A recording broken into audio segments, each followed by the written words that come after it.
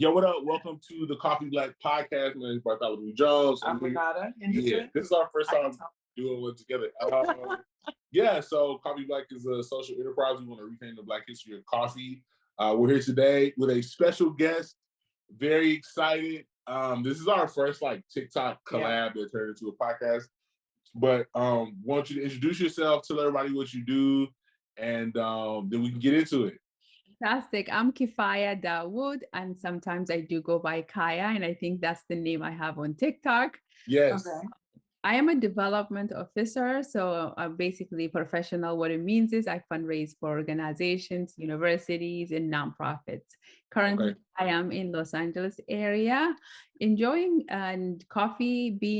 I'm from Ethiopia, of Oromo background. Coffee is a huge part of who we are.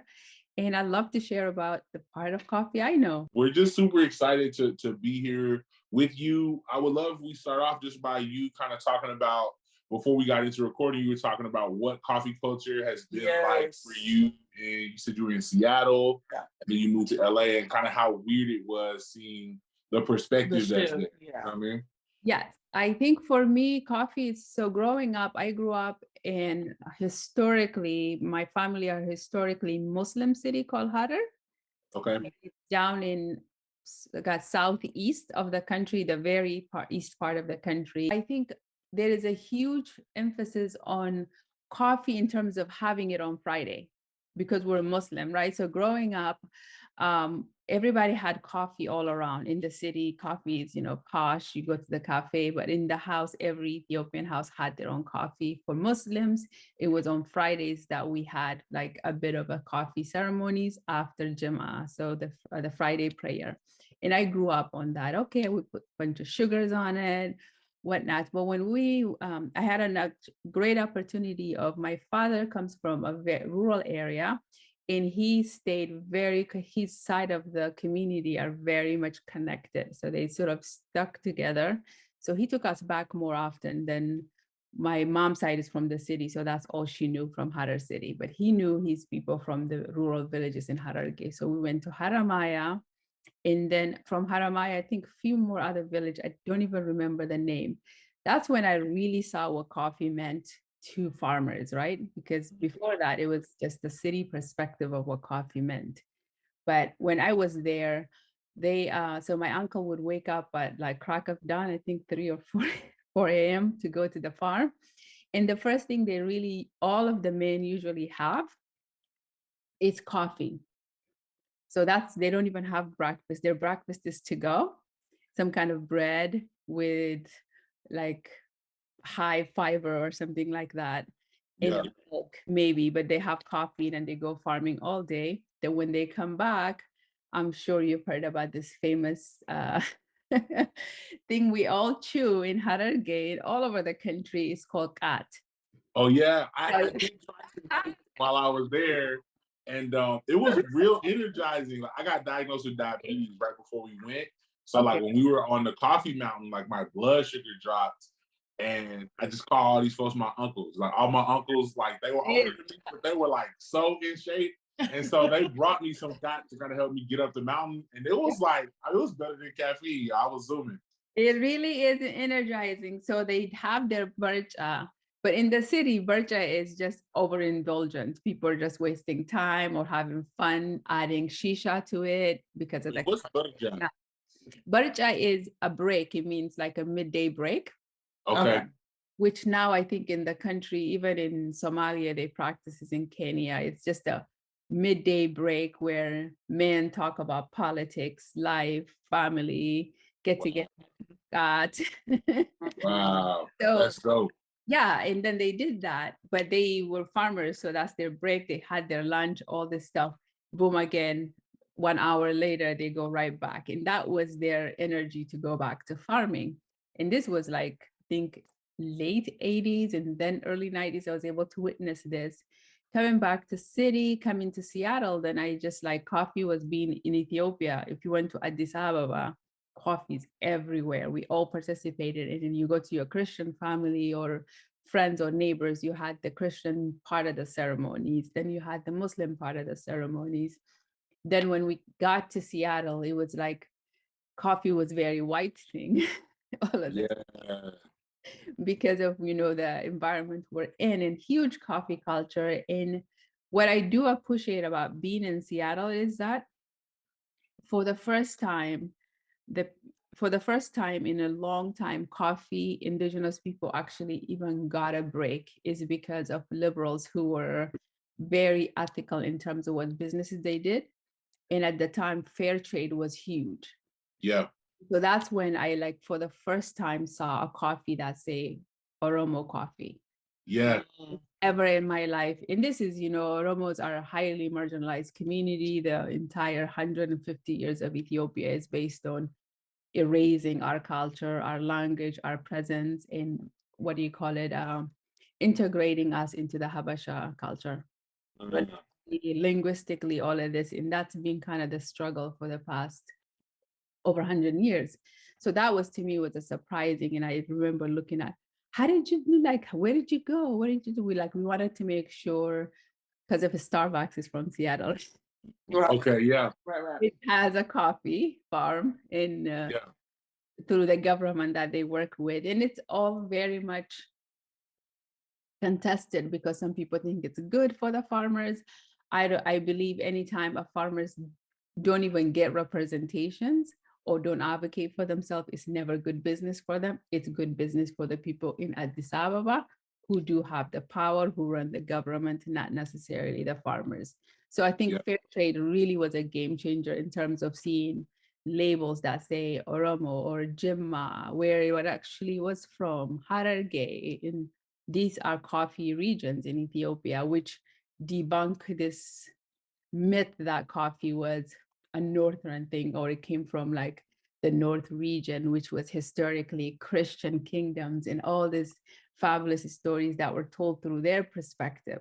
Yeah. And it kind of really debunked that, because most white people who read through, they were like, oh, okay, so now I know it's from the rainforest side, or from, the greenest part of the country, like you went to Guji, which is Man, you know how many times we said this is God's country? Like, really, it was like a picture of heaven. Like, it was like a painting. Like, it was so beautiful. Like the green and like the sky and the mountains.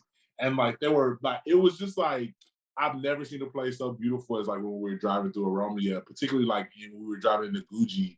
It was just like, I was crying. You know what I mean? I was just like, this is so beautiful. And I can't believe that was my first time going to Africa. And I was like, I can't believe people stole us from this continent. Because like, if you compare the landscape, that was my first time seeing somewhere that I'm not gonna get emotional, but it was like my first time seeing somewhere that beautiful.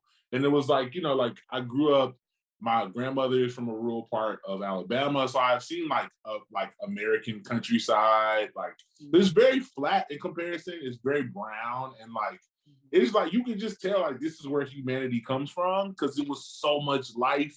There was so much greenery. It was just like I never want to leave, and that's why I like my baby got to come back. You know what I mean? Because it's like we want to take our kids. yeah. Like we just like this is where we need to be. You know what I mean? I really love this for you, and I love this connection. So it's huge. And I think culturally, you mentioning being green, it's like Oromia is basic culturally what this coffee is all about. It's about being harmonious with the environment, right? So for example, one of like, I was researching years ago, what is this coffee ceremony anyways? Like, Yeah. how did it even started? And a very good, I think, professor, he's an Oromo background in Harvard, did a good article about it. And he did it from Wallaga, Oromo's region, which was highly documented area because they have a lot of educated people from that region. And so one of them was that it mentioned about slaughtering coffee. So yeah, Bunakala, like you've heard of that, right? So this is old, and I love this about a lot of indigenous communities, like how harmonious they were with the environment. They didn't want to kill an animal to represent something so important event. As a community, they decided coffee slaughtering was the thing that's going to represent, if you were to have something grand in the community, we all get together in Bunakara. That's what we do. was like, to me, it was so peaceful coming from Abrahamic faith, you know. Wow. Like, we've been slaughtering a lot of lamb in my side of the world. Yep. A whole lot of lambs. A whole lot of lamb, camels if somebody got married. You know, it was like, I love that, learning from that side. And I think that also is my own personal journey of my family have been Muslim now nearly for 900 years, right? And most of what is Oromo to us, or Oromuma, what we call it, really resides in the rural village. And our connection to that village is why I'm able to like know my roots, or who is who was the chief in our forefathers, who were the medicine men in my forefathers. And so I'm very grateful to that. And coming here and being in place of knowledge, it's okay to know about myself beyond Islam. Yeah. This used to be a taboo where I was from. They're like, oh no, you don't want to find out because you don't want to go to the hell, you know? Right. So being enlightened in itself helps. Of course, I want to know beyond Islam. There was a beautiful history, religion, and culture that reside in this part of the world that connects me to being Black, to being African. I really need to like explore that. And so that's where it comes from. And definitely the tree shots of coffee. Arbo. So they yes, so they Yeah. did, in each region have like their own, they have attached their own meaning to it. So if you go to Tigray or Eritrea, they have their own, what that means to them religiously because of where they're located. But in the actual Oromia region, it was just basically a morning coffee, afternoon coffee, and evening coffee. Okay. That they decided to do it all at once. Oh, that's dope. That's dope. And I like how like there's like the cyclical nature of things. Like there's like I think of like a circular shape. You know what I mean? Which just reminds me of like completion or fullness or wholeness. I'm curious to know, like, Renata, you just started roasting for us like 3 months, 6 months? Yeah. 6. I think it's been 7 months. That's crazy. And you kind of share, I would love to hear like your perspective on you specifically as a Black woman and like trying to connect to your African heritage. Like, what has roasting kind of been like for you? And we've kind of talked about this, but we haven't talked about it publicly. And then do you want me to go by Kaya, or would you want me to go by your full name? Kifaya. Yeah, Kifaya. Kifaya. So Kifaya, I'd love to hear your perspective. What does your name mean? It means, it's an Arabic, and it means enough. And I am the last baby of the family. Oh, okay. Wow. Yeah, I was like, we done. I said enough. Mom said I could have a lot of babies. Yeah. I love it. That's a beautiful name. So yeah, once she shares, I just love to know your perspective on like what if you like, do you do the coffee ceremony with your family? And I do not as often as I should. I think I used as a family. So now I moved here on my own. So I'm trying to sort of have my own family tradition here. yeah. But when I was in Seattle, so I did coffee every weekend. When my mother was alive, we did every weekend on Sunday or Friday when I was working. So I never really had time. But when I did Friday afternoons, she did coffee ceremony with her friends.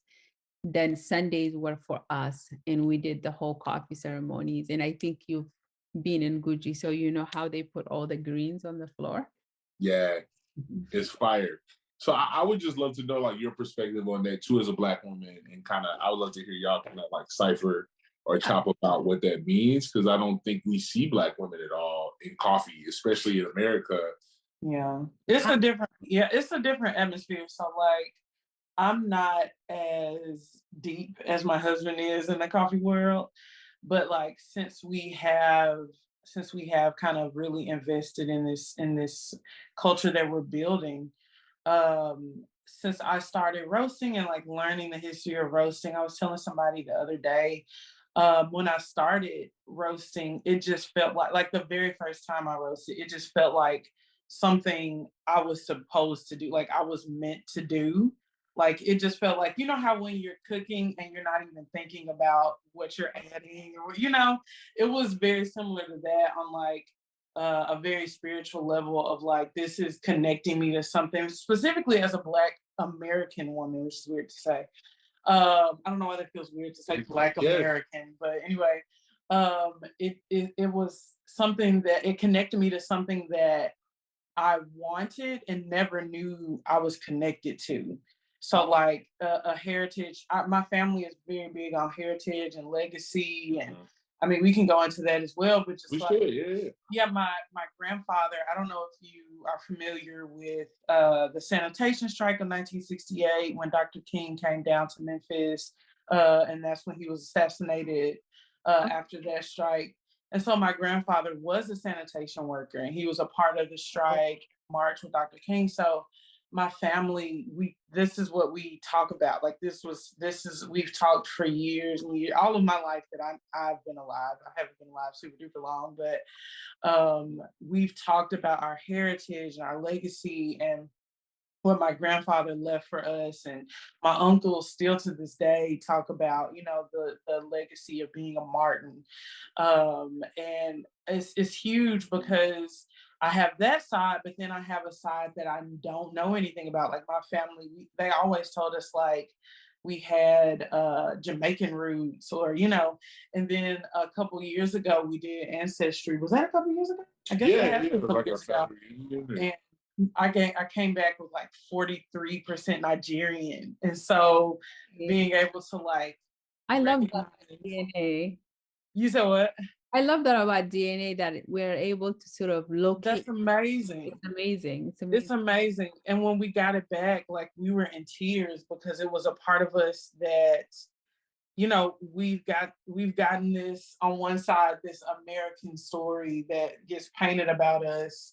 And then I had this whole story that my family told me that was completely separate from, you know, the slavery, you know, I mean, the very real part of our history, but like, it doesn't offer much redemption or space to be like resilient, yeah, or beautiful or complex.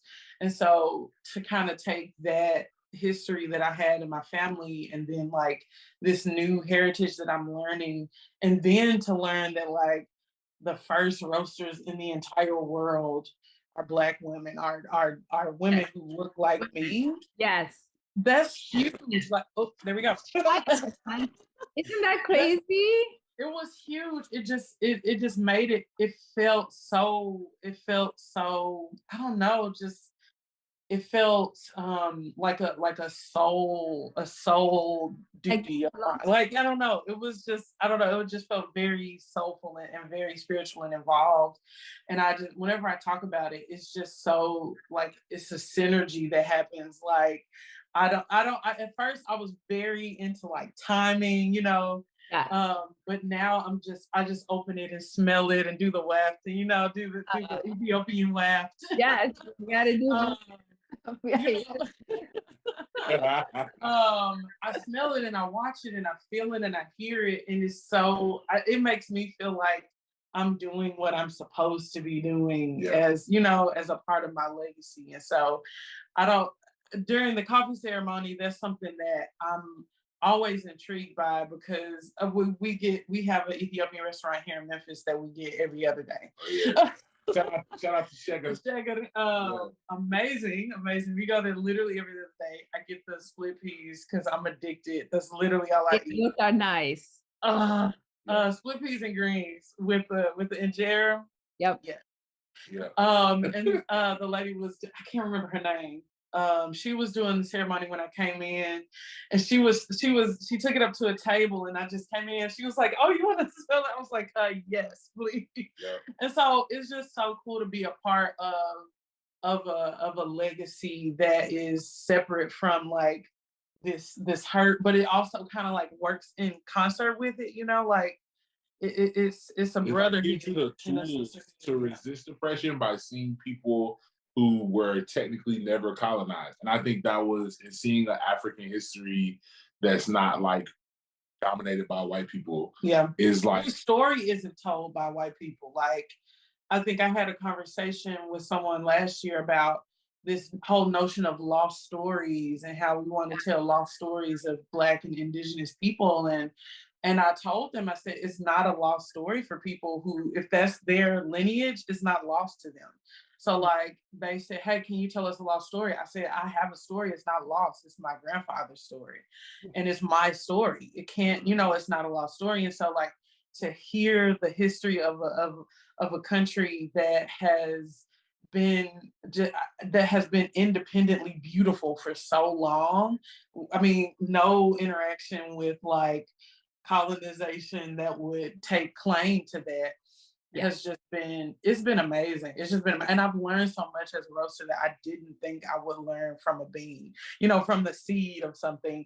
I never thought I would learn something as a person about it. But I just find myself sometimes just sitting there staring at the bean, reflecting, just like that's what seeds do. Like they give life, like, and it does. It really does. And like I don't know. Like how do you? So when you're doing a coffee ceremony, like what are some things? I don't know if you connect with that spiritual side of it. Like how do you? I do, and I think I grew up a tomboy, so I grew up resisting a lot of woman-centered things. Mm-hmm. They were like, I wanted to do something also different. That's my dog who's older. Coffee. I hear him. Poor baby. He's like and my husband's making fun of him. He's like 100 years old in human life. I'm like, I don't know. It's not my baby. Wow. It's like, pay attention to me. I would say like, so you were mentioning a very good point in terms of woman like you. So if you even look at it, the people who actually made coffee in Ethiopia what it is are women who look just like you. And I think woman was what elevated the ceremonies because they were the ones tasked with household chores, right? Things to do. And men at one point might have been farming and found it and say, oh, this is energizing. This is how we do it. It's a woman who really said, we're going to, turn this into with butter and roasted with butter. Right. Beautiful. She leveled it up. They leveled it up. They leveled it up. We went up to like having a marriage ceremony. So we're gonna have this elaborate coffee ceremony. It made art, you know what I mean? Yeah, really art. And if you look at in Ethiopia and geographically, in terms of colonization, Ethiopia have always interacted with the West in terms of its own favor.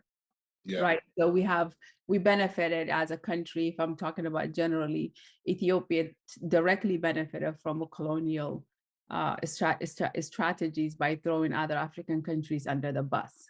Oh man, that's crazy. It's just part of politics. Is dirty, right? So when you try to break it down, that's what happened. That's how they end up being gifted an entire region that belonged to some other country because of that. So then. But in terms of like when you look at Ethiopia on a postcard, they'll show you maybe light-skinned person like doing the ceremony, whatnot, wearing Christian outfit and whatnot. That's not where the ceremony, the coffee, and I feel like that's why I really wanted to connect with him when I saw him say, coffee is indigenous as it comes in Ethiopia. Yeah. And I feel responsible being from the city, having access to knowledge, having access to what I actually have now, freedom to speak, that it is actually my duty to make sure when people think about coffee, they think about Guji people. They think about people from Kaffa region who very much look like both of you, look just like both of you. I have a question. Like if you were like, these are my aunties right here. They must be related to me.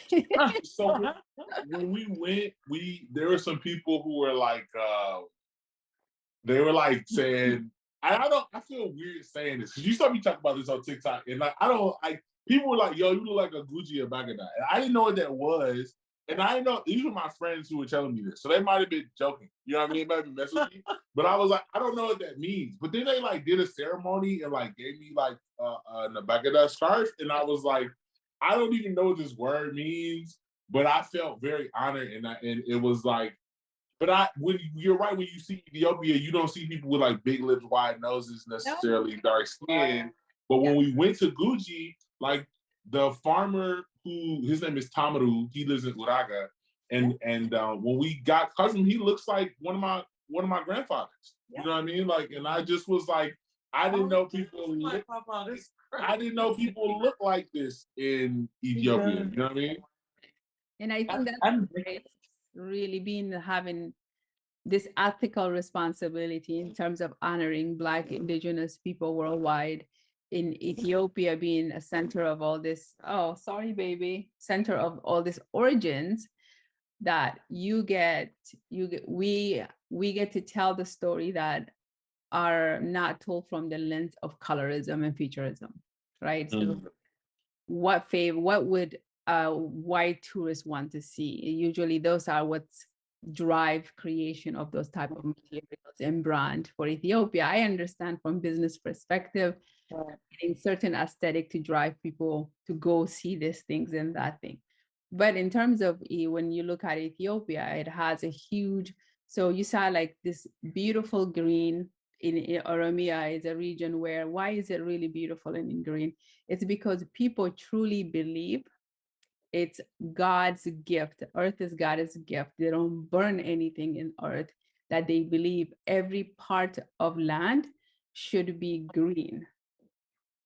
And people miss that, and because through hostilities of modernization, industrial revolution, you have these people, why don't we take over this and develop this and develop that?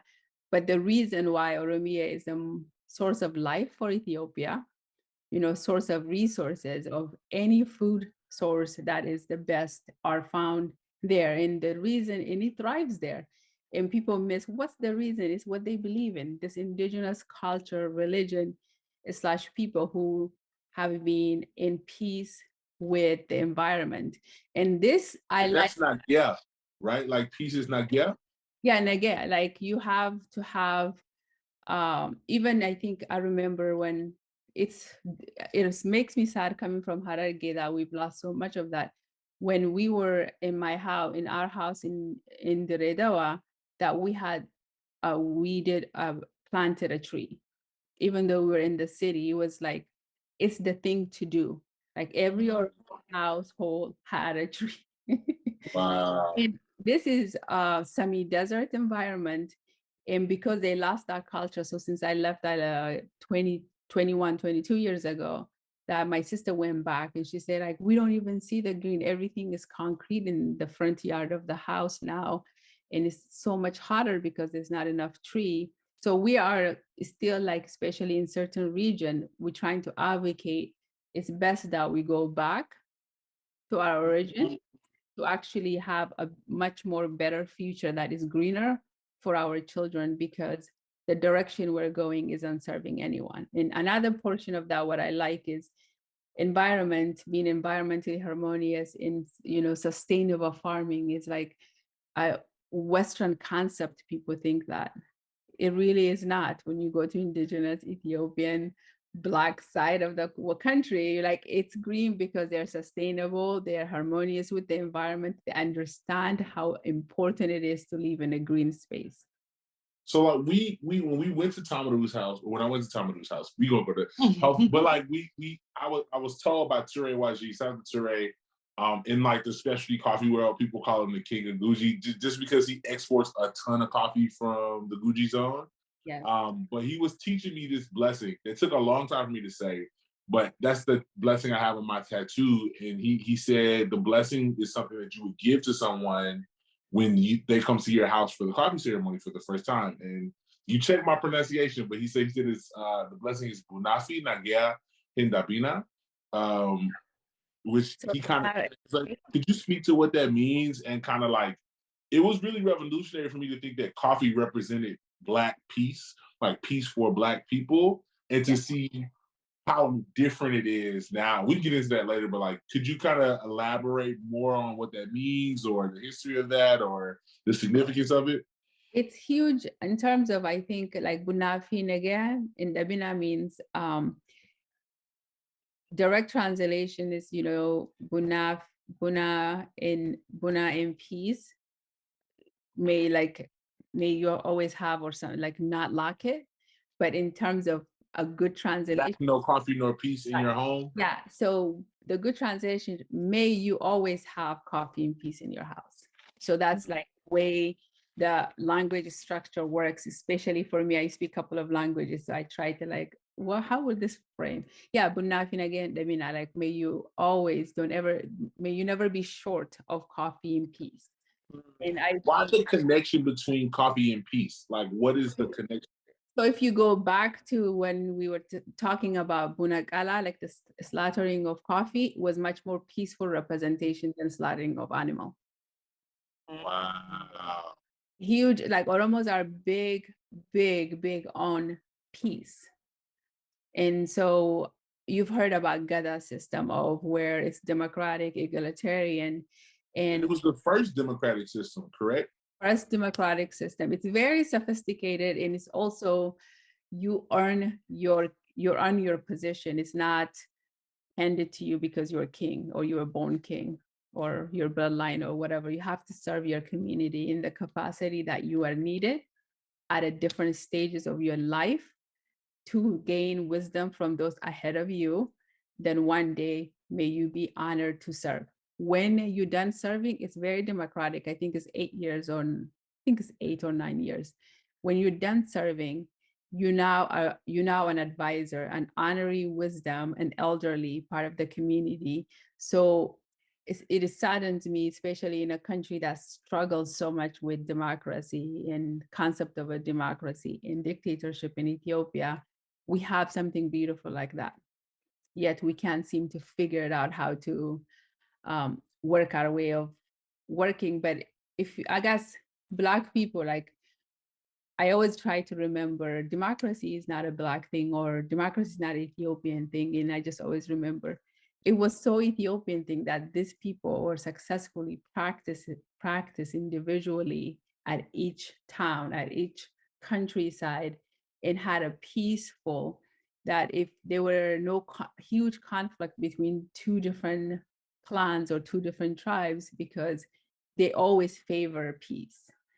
And I remember even in the villages, my dad said like long time ago, when they were fighting for resources for one of the village where he was from, and eventually they sat down, the elderlies, and said that we would always make time for peace. We want to know what it is that's bothering these other people. And they find out that it was resources. So when they started a land share concept, like a community farm. And then they taught people who were having trouble with resources how to farm, what farms in that region, because sometimes like they'll say people park and leave their area and they forget whatever grows there doesn't grow here. And this is what cabbage grows here, this other items grow here. It's a sour gum area was very successful for that grows here, and here's how you were able to sustain yourself. So not only were they able to solve that problem, they were able to hand them a community farming land, so that way they don't have to fight for the next 100 years when there is not necessarily, they were just there because there were no resources where they're from, or they were kicked out of where they're from because of somebody else came and took over their land. And so I think that's when Nagea and coffee became a huge part of farming culture in Indigenous, because what could it represent that is giving you energy? And one of the ones I always try to debunk is that this, especially coming from Muslim side, and there's this talks about Arabs are the first coffee makers, and it bothers me to my core.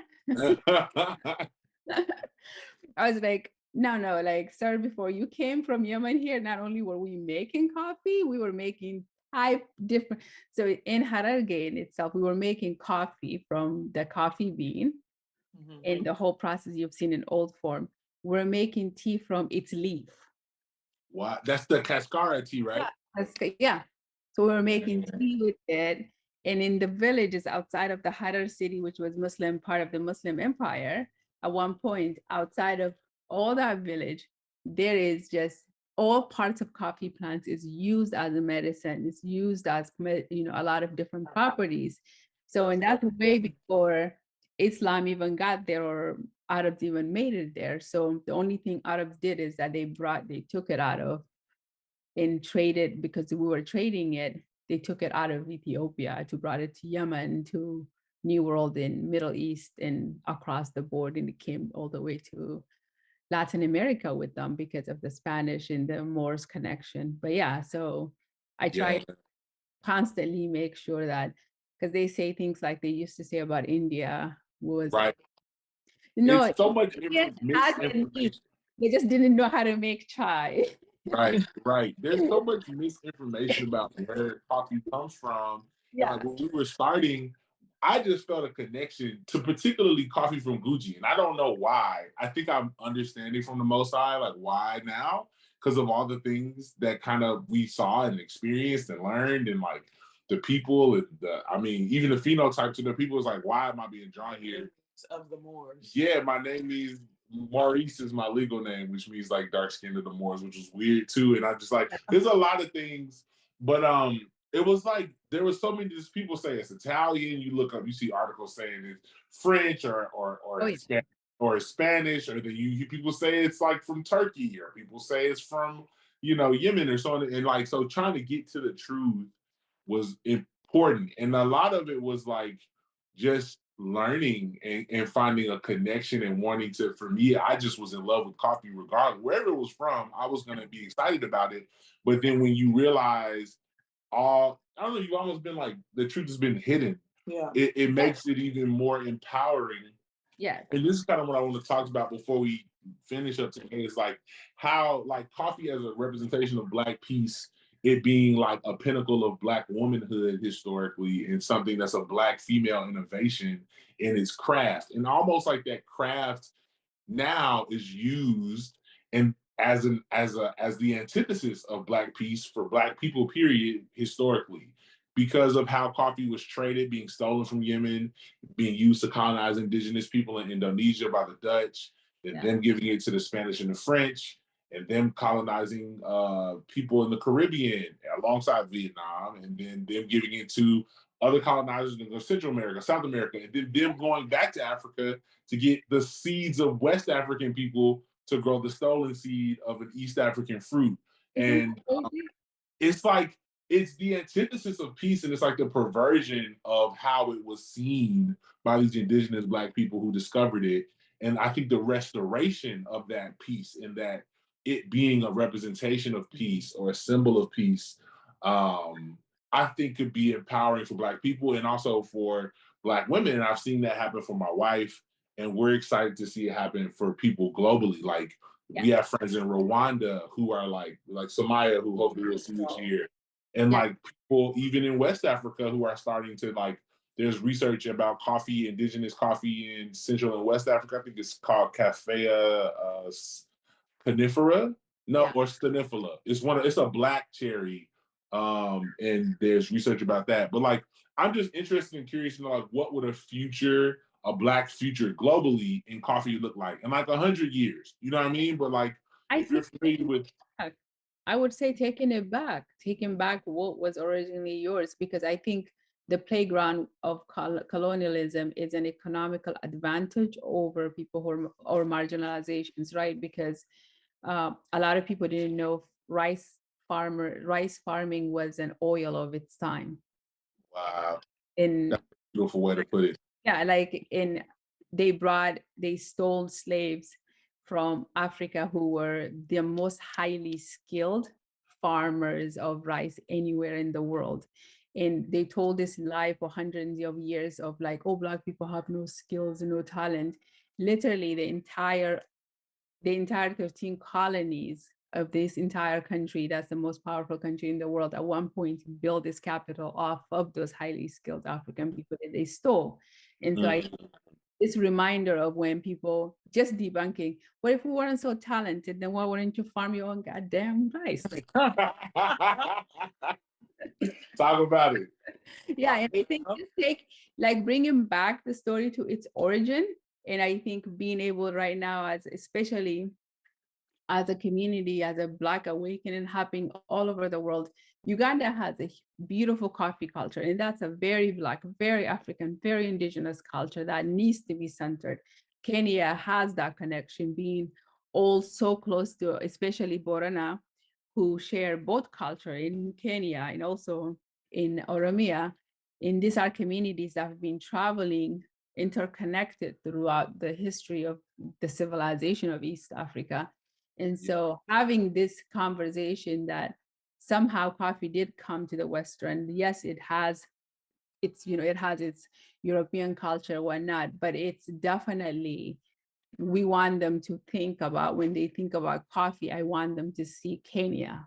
That is very much theirs, that it grows there, it's part of their culture. I want them to see Ethiopia, where it's originated from. I want them to see Congo as part of that. In Rwanda, especially, if you think about it, Rwanda has a very similar climate in a landscape as part of Oromia. Hills in the highlands in the green.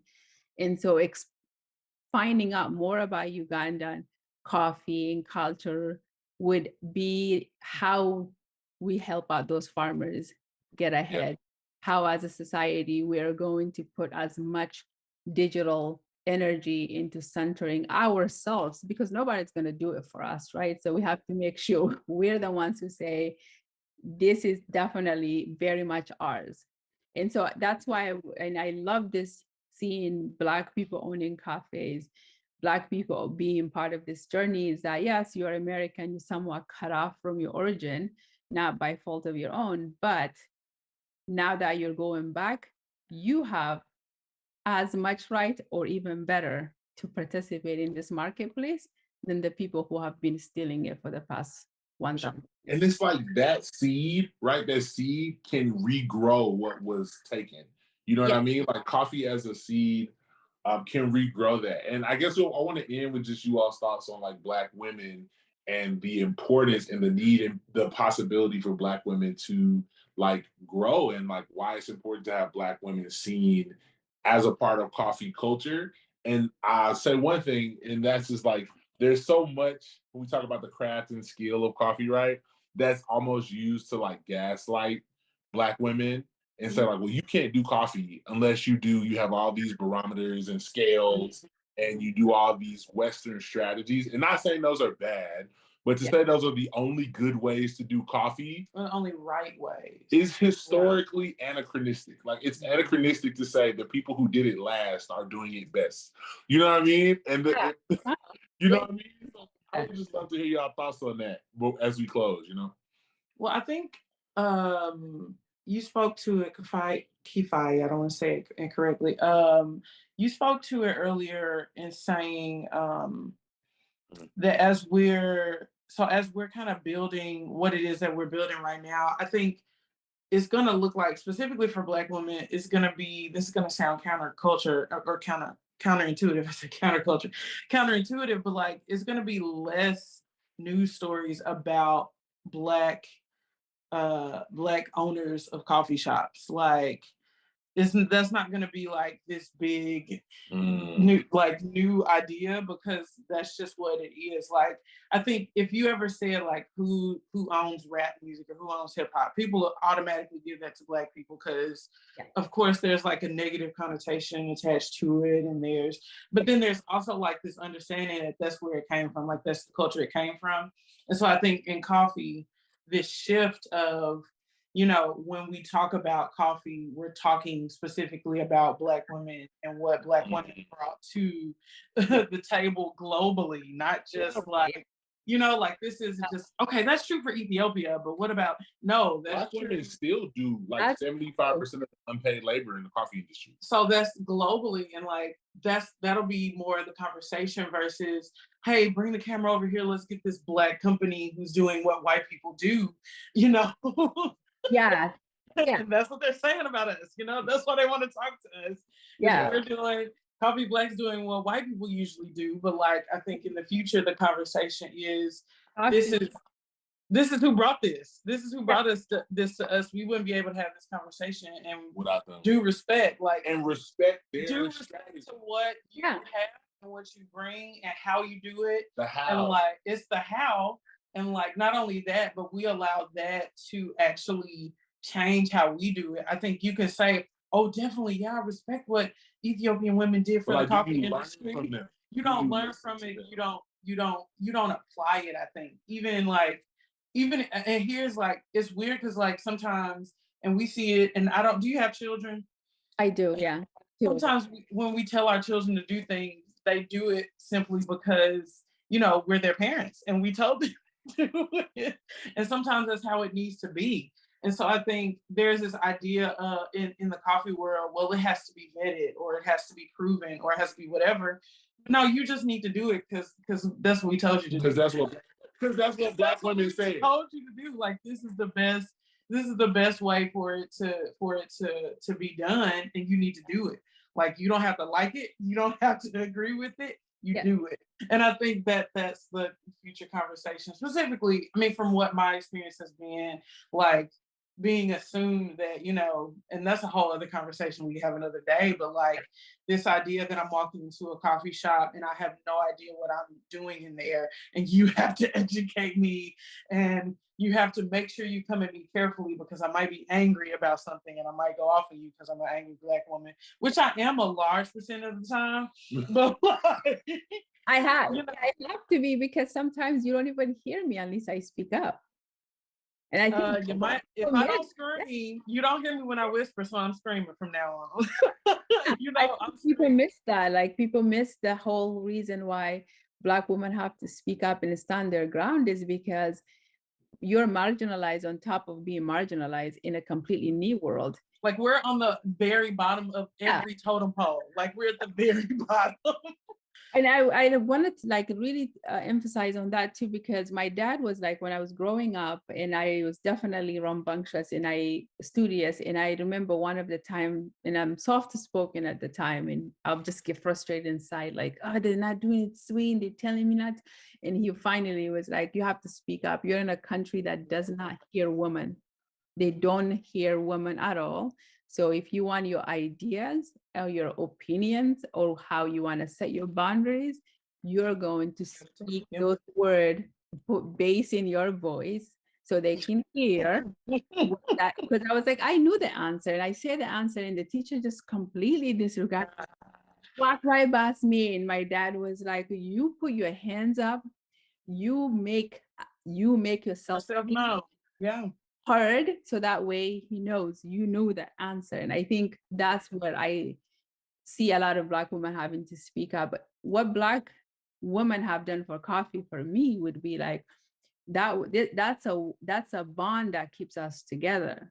And coffee is through one of the only big cultural ceremonial things that as Ethiopians or as Oromos or East Africans, we all share. And globally, coffee connects people through friendship and stuff. So for Ethiopia, coffee is how you build relationship with your community, how you tell your community that when it's rough time, you're still giving them coffee to get them through. When they're having a good time, you're still giving them coffee that says that, like, we're here, we're together. And I think that's the part of coffee people miss, is like, for our Black connection, coffee, maybe even in the Caribbean, is for Black women, is that this is one thing that's going to give me energy to get through my day, to get through the days of farming for all of us.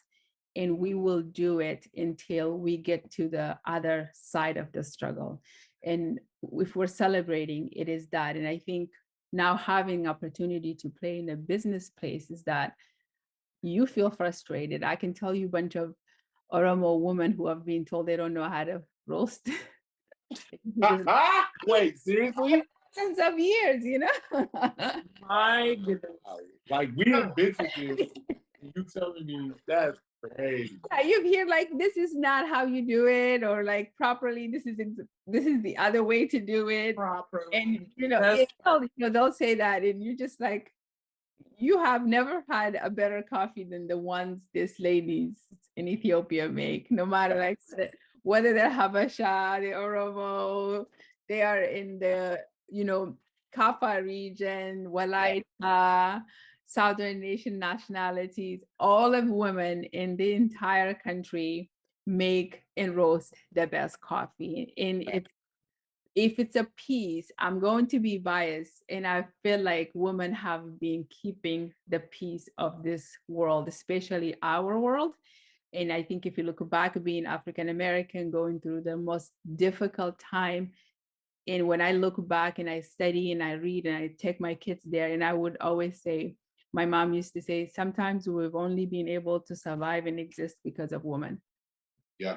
We are able to really get through some of the roughest time because our source of life somehow have to carry on, because men with ego can get in the way or power can get in the way. So I think, coffee in Black woman in peace, in kindness, in coming together is as natural as it gets for me.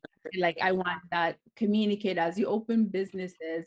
I would say, yes, some Ethiopians might get territorial because they don't understand that you went to Guji. So there's two different sides of Ethiopia. There's the Ethiopia side that is the gatekeeping, that is power driven, that is a greedy, and that wants to control who gets to play with their culture. Then you go to Guji and you go to Wallaga and you go to the rural part of Hararge, and people are so accepting. And they don't judge you by the way you look. They don't judge you because of the culture you come from. If you come in peace to their side with respect and openness, they meet you with respect and openness and break coffee with you. Yeah. Wow, you can't beat that. You can't beat that sort of base system to say, now as a Black person, yes, I'm going to embrace this. And I like your tattoo. I would love, I mean, I'm never into tattoos, but I wish I was that creative.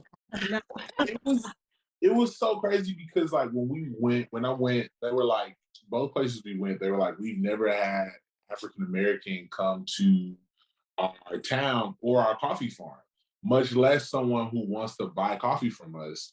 And they were like, we are excited about that. And I wasn't sure how people were going to react because, like you said, like Ethiopians, rightly so, in my opinion, are very proud of their history. And I would never want to feel like I'm like encroaching on that. So I was like very, I guess, shy when we went. And I was like, I just am glad to be here. I don't expect people to like, be happy I'm here. I'm just here to learn and I want to be able to share what I learned. And when they were like, yo, man, like, I remember one guy, his brother's name was Muhammad, and he was in Gera. And he told me he had just gotten his exporter license, which they had just passed a law where like smallholder farmers can export their own coffee. And he was really dark skinned brother, wide nose, big lips, like, and he was like, yo, it means so much for me to see you here as another Black person, because as a Black person, you understand what it's like to be disrespected because of your skin. And he said, as a coffee farmer, as a Black coffee farmer, I'm disrespected. Like people don't respect my creativity and what we do. And he said, I know you understand that. And so because of that, I want you to sell my coffee because I know you understands that this is how we're going to get our respect through these seeds of peace. And I think that like I cried 13 times. I cried a lot. He counted how many times. He counted how many times he cried. I just have never been treated outside of my baby and Yeshua. I've never been loved like that. I've never been unconditionally accepted. When we were in rural spaces in Ethiopia, like people were just like, we want more. Sorry. They were like, please tell other African Americans to come. Yeah. We want more Black people to sell our coffee. And here's how we do it. And please share this with other people, because like as a barista, I learned so much about coffee, but no one ever mentioned a Black name, a Black country, unless we were brewing it. And they never mentioned any Black religious practices, any Black language. No Black language was spoken, especially not a Farnaromo. And so for me to learn that, even though I don't share the same religious faith, like even in my faith as a follower of Yeshua, the concept of shalom and peace is so central to our worldview. And to see that the idea of peace, especially peace for Black people, being central to coffee and how perverted that's happened through slavery, through colonialism, through the current hyper-capitalistic, greedy, to see that being so, and even like the whitewashing of the people, right? And like all this in gentrification, right? And like how like it's so, at every point it's almost like it's turned into a weapon of war and a weapon of violence. But to be like, these are the seeds of peace, and to learn specifically from Black women who literally carry seeds in their bodies, like the seeds of peace. That, like that, it totally transformed how I think about what this is for, and I feel like we, as a company, we need to be ambassadors of Black peace. You know what I mean? If we're going to be a Black coffee company, then what that means is to fight for the Black peace of Black people. You know what I mean? Through this seed that has been weaponized, and to return it back to what it should be. So like that, I just feel totally open. We're so grateful that you even took the time to talk to us. Happy we're having this discussion because, like you mentioned, I want to see, I think, I have to say this out loud, that a lot of the time when maybe a few organizations who are fair trade organization in Seattle, I was impressed with in terms of how they highlighted the culture of the people who are indigenous, I think from Ethiopia, Oromia region, to they did one from Nicaragua and Colombia, one of the events I attended, and I was a fundraising for them. And one of the things I noticed for Black people, like he mentioned, is that Black people understand people stealing your content. And because they have gone through this, that they understand that even though I'm doing business, I understand what it means to pick up another person. So I directly benefit from Black people's pickup because I'm an immigrant. I wouldn't be here if Black people didn't set up, civil rights movement and fought for that. When they fought for that, they didn't say, make this only Black people issue, because they understood that there are so many other more marginalized people than themselves, and they were fighting for the winning idea of all human beings being equal to succeed in pursue their dreams here. And so I get that, and I think that's why whenever I see Black people doing businesses in all over Africa, I see the people that they're doing business with, or the ideas that they connected them. If they were going to Ghana and they're just embracing that, oh yeah, so this is what I meant. It comes naturally easy to them to this other thing where I just have this print because one day I was traveling and somehow I got inspired. It's all my idea, you know. You get like from the Western side there's this idea of, I saw something, I'm going to ignore the culture and I'm going to make it my own, and it's my idea and bank off of it, versus why can't I give the credit to the people who I have seen this, whom I saw this particular situation happen, and they have inspired me in X, Y, and Z. Therefore, that connected them. I think that's where gentrification, and I grew up in Central District in Seattle, so I have seen systemically how I was in Black, historically sort of Black neighborhood because of redlining. That's what the only place Black people were, to within 15 years of us in Seattle, how Black people were systemically displaced in these communities of new people that came, how it silenced Black voices there. We were just behaving as Black people didn't exist until we protested, we made a scene, we talked about it, we shamed them, and now they're like putting our art and stuff there. And you have to fight for these things to have a place and have your voice. So I think more Black people need to do businesses with Africans, especially Indigenous Black Africans, to give them that amplifying positions. And having coffee, now when you're in a coffee journey, like my husband is from Nicaragua, and I went there and I went to the Indigenous community, and it was like, this is so close to when I went to village in like, like the way they're talking about their coffee and the way what coffee means to them and how they see it as a spiritual, supernatural plant that gifted to them by God. And it's like, this seems like the same exact place I left in Ethiopia. Like their perspective. Wow. I think the connection this connection will only get better, and I'm happy to see you, and I want to see more Black people embracing their connection to coffee, connection to rice, connection to music, everything else, to just rewrite the history or the falsehood that I've been writing about Black people. Mm. Man, that was beautiful. Yeah. That's a perfect way to end it. I know.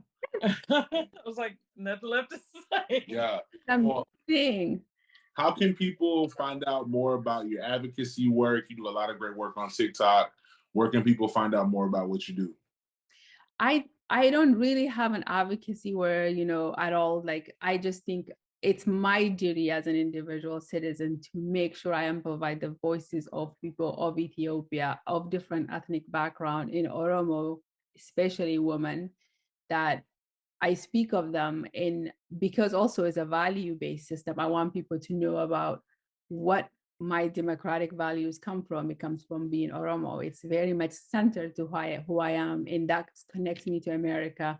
That connects me to my fellow Black people in America, because through that democratic and egalitarian in the rights of all individuals to have a dignified life, I don't have to argue about Black people. We would never have a debate about that. I see most Black people in this country share that value with me more so than people in Ethiopia.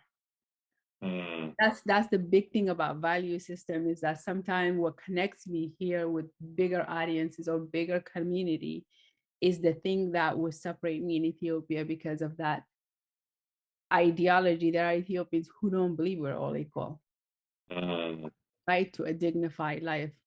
And I think it's interesting that 400 years of separation from Africa, a Black person has that exact idea about having human rights, respect for human rights, having individual rights.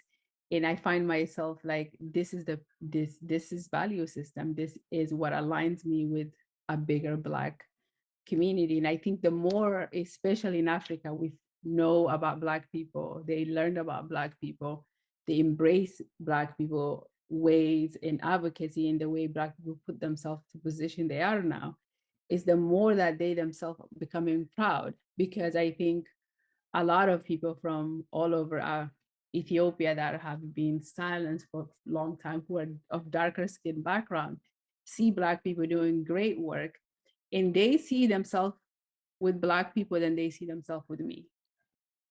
And this is an issue, because we have people who are centered in who the state of Ethiopia favored, has created that divide, because it was very, very colorist, and they don't see themselves and say, but I can see like so-and-so doing great work. Like if they look at MLK, and they were just like, he looks just like my uncle. And he's like this national hero for entire American country. And they have that much more openness than ever seeing a leader that looked like that ever represented their interest in Ethiopia. So there is this hidden connection to this, our human rights and advocacy. But I don't particularly have one organization. I just support various teams. Most of them are Black women centered. So I'm biased a little bit. Yeah, let's go. Hey, I'm biased too, man. Yeah, we brother drop these shirts. They say love Black women like you love Black coffee, and I think that need to be celebrated. No sugar, no cream needed. You know, we gotta send you one. We should send you a shirt. Send us your address. We'll send you one.